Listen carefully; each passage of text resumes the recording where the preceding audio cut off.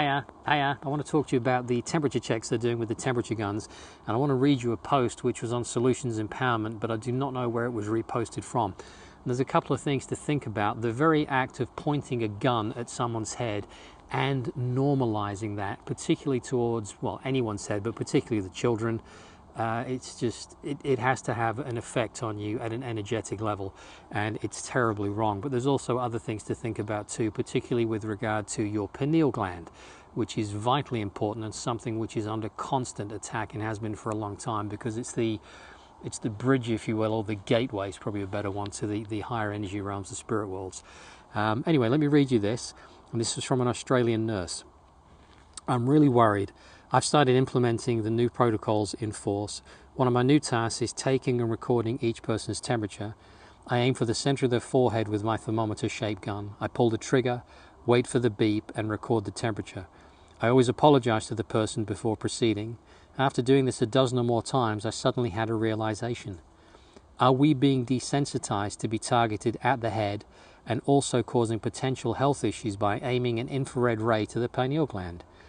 So I started taking the temperature on the wrist, which turned out to be more accurate given that the forehead is cooler than the wrist and the results differ by more than 1 degree in some cases. I went to a shopping mall and people were lining up to get their temperatures taken by an employee who was obviously not a medic and was not properly educated on how to correctly perform this procedure. Many were shocked when it was my turn and I took the gun that was being directed at my forehead and redirected it to my wrist. I spoke softly but firmly and told the employee that an infrared thermometer must never be pointed at someone's forehead, especially babies and young children. In addition, it requires basic knowledge of how to properly read someone's temperature, i.e. placing a thermometer on the wrist or elbow fold is much more accurate and much less harmful. It was very disturbing to me to observe children getting used to seeing an object the shape of a gun aiming at the forehead and without any negative reaction from the adults as if this was normal and acceptable. As a medical professional, I refused to directly target the pineal gland, which is located directly in the center of the forehead, with an infrared ray.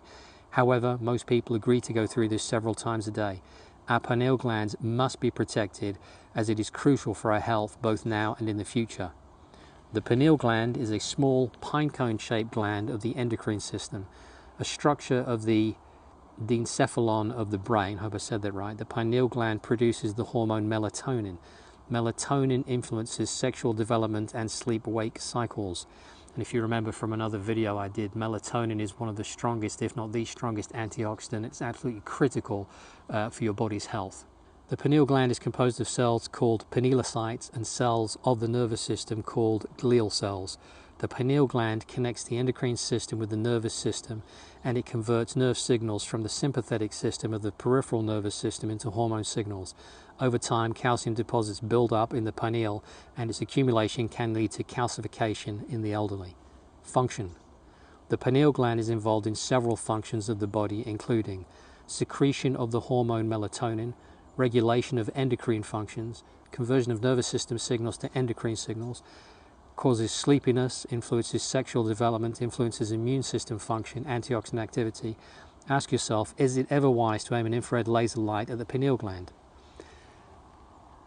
I'm going to leave you to have a think about that one. If you are subjected to those kind of temperature checks, you might want to redirect that to your elbow fold or your wrist to give them a more accurate reading and to avoid any potential health damage that they are inadvertently being trained to cause in you.